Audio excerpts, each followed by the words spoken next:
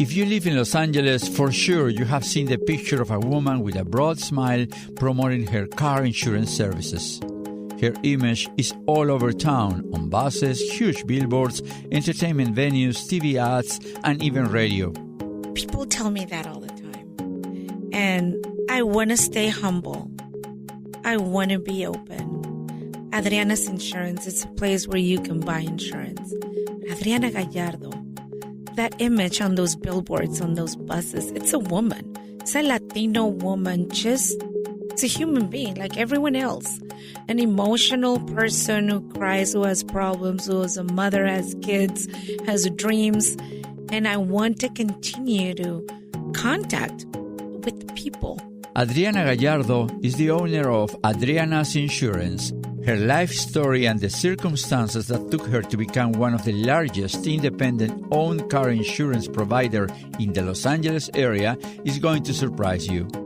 Let's talk to Adriana and find out Cómo Lo Hizo.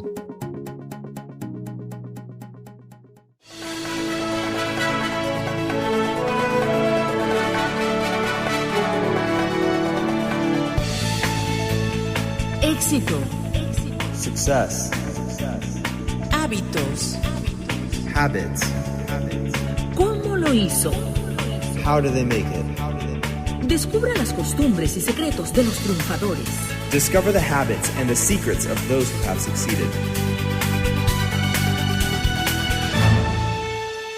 Adriana Gallardo, thanks for being with us. Thank you so much for being Cómo Lo Hizo.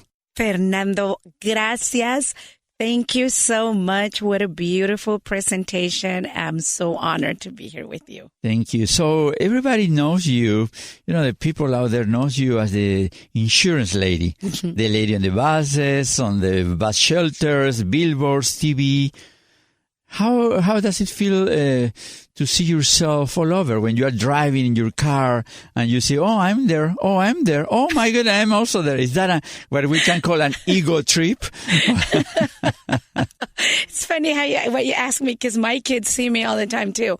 And my friends and families, and they send me pictures. It's nice. It's really nice. I feel really, really good, very honored to be able to put my picture out there, and it's amazing. It's just, it fulfills my heart. It feels good.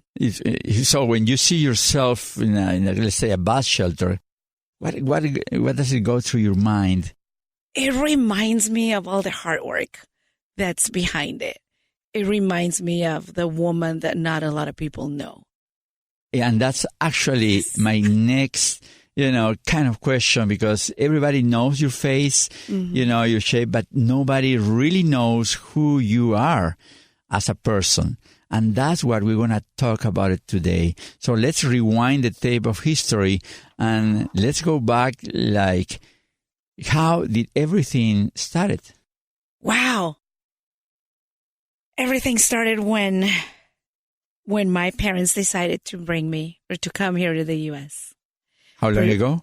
I'm going to say I was 18. All right. So kind of 20. Kind of like 5 years ago. Right. Wasn't yesterday, by the way. I think I saw you crossing the Tijuana line. No walls. It's maybe about 30 years ago. Okay. And I came with my parents. I really had no say on this. And they brought me here looking for opportunities and a way to change our lives. From Mexico. Mexico? From Mexico. Guadalajara, maybe? No, from the Mexico City. Mexico City, okay. From el Estado de Mexico. El Estado, okay. Sí. So we got here, and I had no papers. I didn't know any English, and we had no money. I mean, we weren't like a poor family in Mexico that was dying of hunger, but we just wanted to change our lives.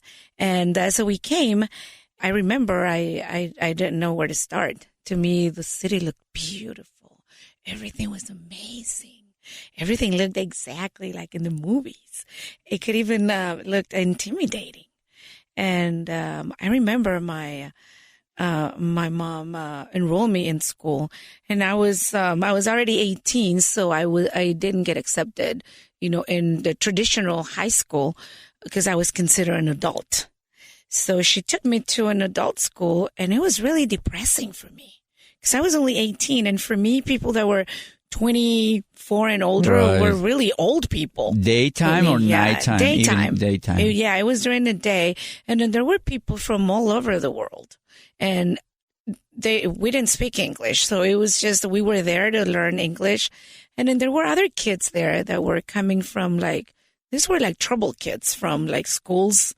I guess they get kicked out of the traditional high school and they get sent to that school. So for me, all of that was new. I remember I saw girls that were 15 years old, 16 years old, and they were pregnant. Oh my God. And I was like, oh my God, these are kids. And so I got really, really depressed there. And I told my mom, I don't think I want to go back there. I don't like it. And my mom told me, well, you're not going to just sit here and look pretty.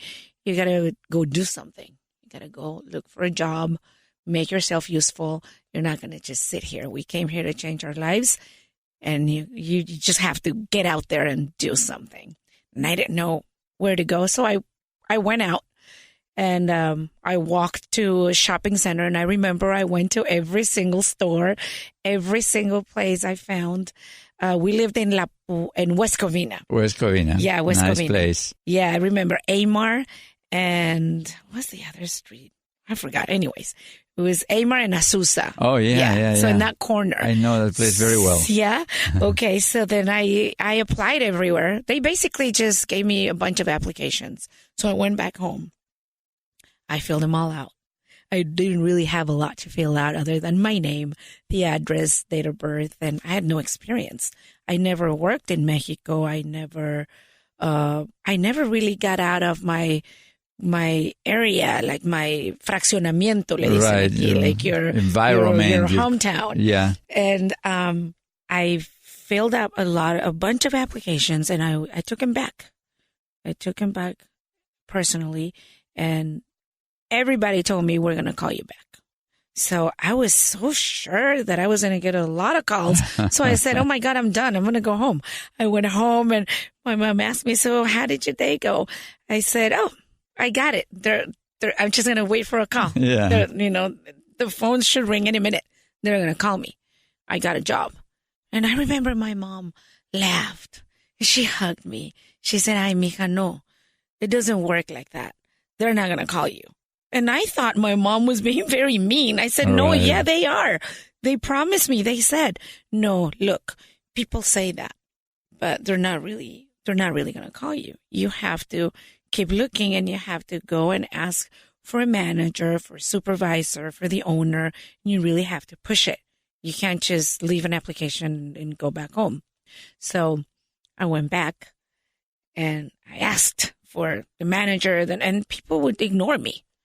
Pretty much. And so I ended up going to this place where I did get a job, and it was Burger King. Mm. Burger King it's the first place where I worked here in the U.S. And for me, it was a dream come true. It was beautiful. Even though they hired me to be in the kitchen and cleaning and going back and forth from the refrigerator and the freezer to the kitchen and just cleaning in the bathroom and just doing a lot of the cleaning and and cooking and flipping burgers and stuff like that. So I was excited. I was really excited that I got a job. And I went and told my mom, hey, I got a job. I'm excited. This is it. I love it. So I started there. And it was good because my mom taught me how to clean. Very good. So I was very detail oriented. I would clean. I would leave everything nice and shiny. And they loved me there. They loved me. But I started to notice that the girls in the front, the girls at the window, they weren't really doing much. They were just there taking orders, looking nice, wearing their nice hats and not doing any cleaning. They would just take orders, take money, serve the food. And so I kind of got jealous, and I said, I want to do what she's doing. So when I asked the manager, I said, hey, I want to do what she does. And I remember he laughed at me. He said, oh, no, mija, no. Tú no. You go back in the kitchen. That's where you belong. You're doing great there. I need you there. Plus, you don't have what it takes to be up here, in the front. And I said, well, what do I need? And he said, well, one, you need to speak English. You need to learn the menu and the register. And that's really hard. Plus, I can't afford to lose you. You need to stay back there. And I said, well, why don't you train me? Train me, I can learn.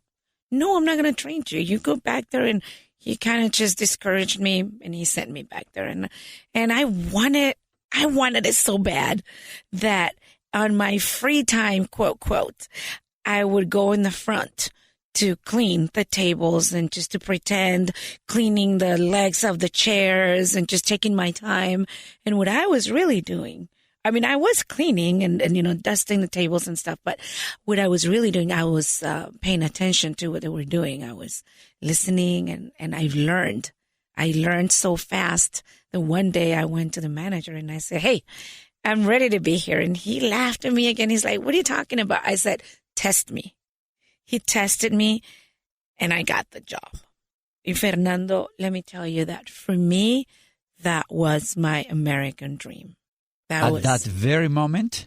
At that exact moment when they say they couldn't really tell me no because, I did it. I did a good job and I made it. So I was like, I got this. But what was the most important thing for me that excited me the most was that I wasn't going to be smelly. Because when you're cooking and flipping burgers, your hair smells, your body, you smell like grease, like kitchen. Right, of course. And then I would clean.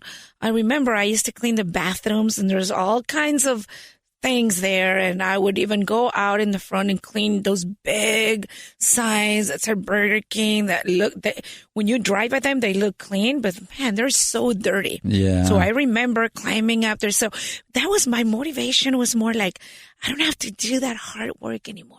I'm going to be in the window, helping people, just taking orders.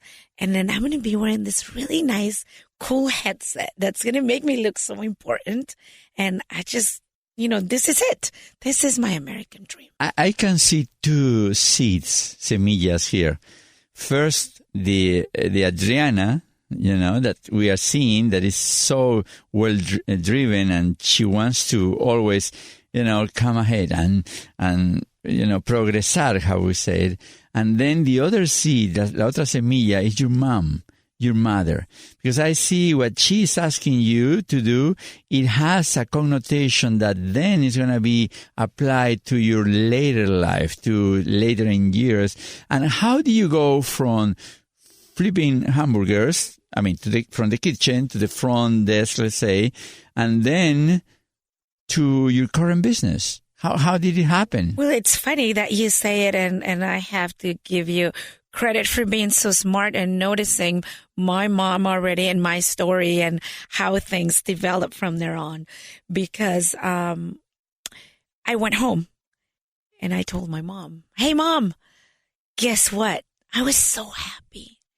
I was jumping and screaming, and she's like, what happened? I said, Mom, mamá, ¿qué crees? Le digo, ¿qué crees? ¿Qué pasa?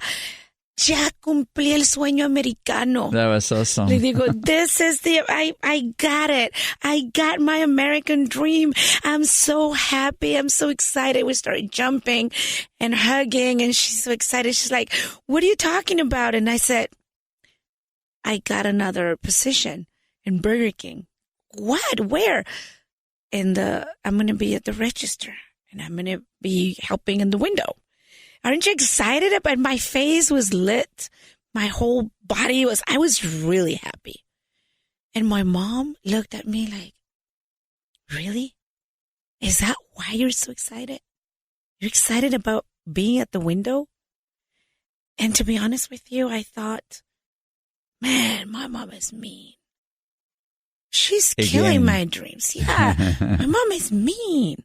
Like, yeah. I was like, can't you see I got this on my own? They didn't want to train me.